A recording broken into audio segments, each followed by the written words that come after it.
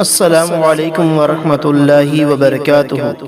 بسم اللہ الرحمن الرحیم، نحمدہ ونصلی علی رسولہ الکریم۔ حج ادا کرنے کا شرعی طریقہ۔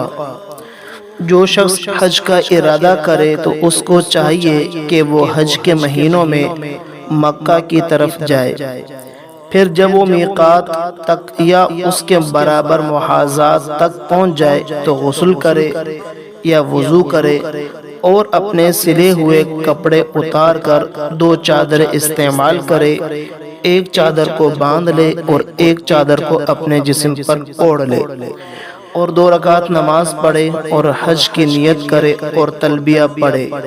تلبیہ یہ ہے: لبیک اللہم لبیک لبیک لا شریک لک لبیک ان الحمد والنعمت لک والملک لا شریک لک۔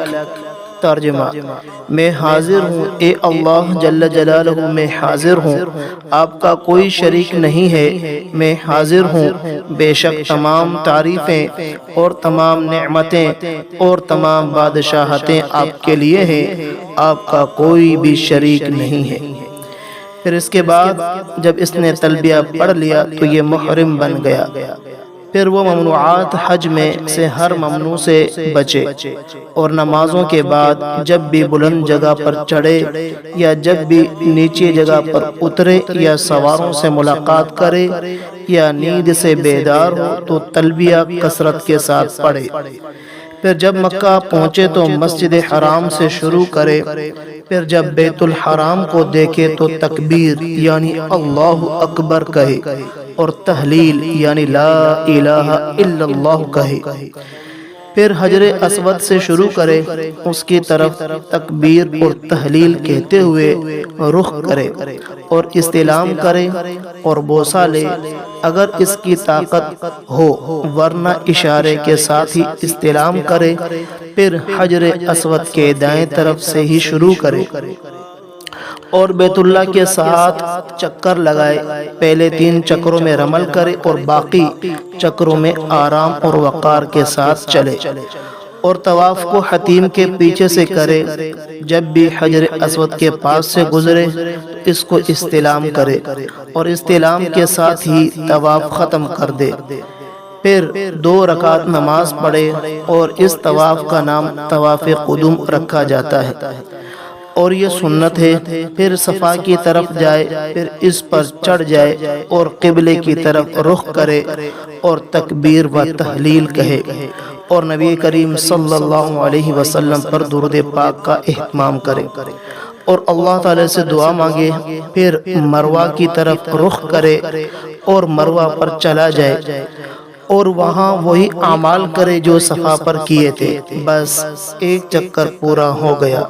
پھر صفا کی طرف لوٹے اور اس سے مروہ کی طرف ایسے ہی 7 چکر پورے کرے۔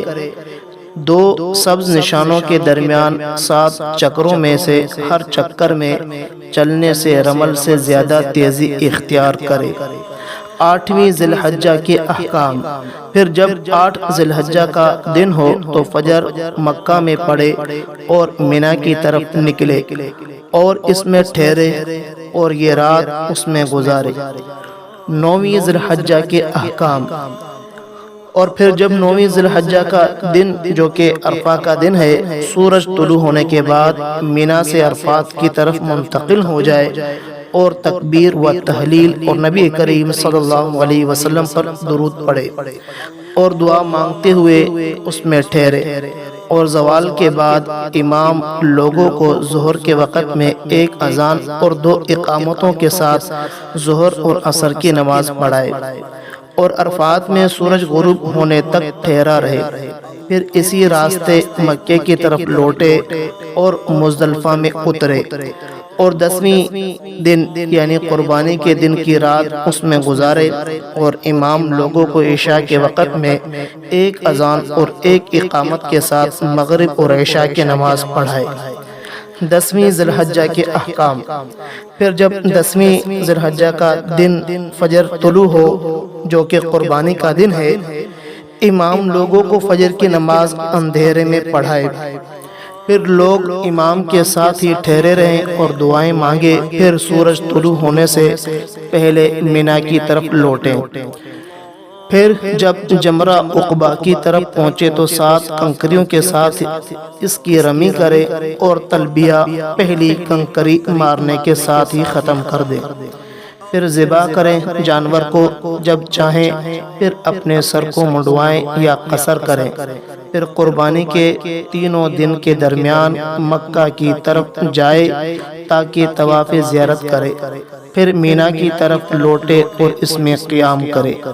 11ویں ذی الحجہ کے احکام۔ پھر جب 11ویں ذی الحجہ کا دن سورج ڈھل جائے تو 3 جمروں کی رمی کرے۔ پہلے اس جمرہ یعنی جمرہ اولا سے شروع کرے جو کہ مسجد خیف سے ملا ہوا ہے۔ پھر 7 کنکریاں اس کو مارے، ہر کنکری مارتے وقت تکبیر یعنی اللہ اکبر کہے، پھر اس کے پاس ٹھہرے اور دعا مانگے، پھر درمیانی جمرے یعنی جمرہ وسطیٰ کی رمی کرے اور اس کے پاس ٹھہرے، پھر آخری جمرے یعنی جمرہ عقبہ کی رمی کرے اور اس کے پاس نہ ٹھہرے۔ 12ویں ذی الحجہ کے احکام۔ پھر جب 12ویں کا دن شروع ڈھل جائے، سورج ڈھل جائے تو گزشتہ دنوں کی طرح 3 جمروں کی رمی کرے اور رمی کے دنوں میں مینا میں رات گزارے۔ پھر مکہ کی طرف چلے اور وادی محصب میں کچھ دیر ٹھہرے، پھر مکہ میں داخل ہو کر بیت اللہ شریف کے گرد بغیر رمل اور سعی کے ساتھ چکر لگائے۔ اس طواف کا نام طواف وداع ہوتا ہے اور طواف صدر بھی نام رکھا جاتا ہے۔ اور طواف کے بعد 2 رکعت پڑھے، پھر زمزم کے کنویں کے پاس آئے، پھر اس کا پانی کھڑے ہو کر پیے۔ آج چونکہ کنویں کے نشانات تو اتنے واضح نہیں ہیں، اس وجہ سے زمزم کے لیے کولروں کا بندوبست کیا ہے، وہیں سے پانی پی لے تو زیادہ آسانی اور سہولت ہے۔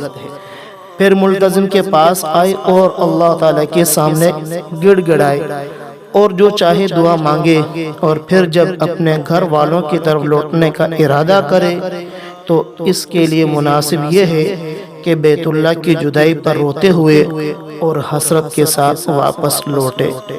اللہ جل جلالہ تمام حجاج کرام کے حج کو اپنے فضل و کرم سے قبول فرمائے اور تمام مسلمانوں کے حج کو سنت اور شریعت کے مطابق ادا کرنے کی اس کی توفیق عطا فرمائے۔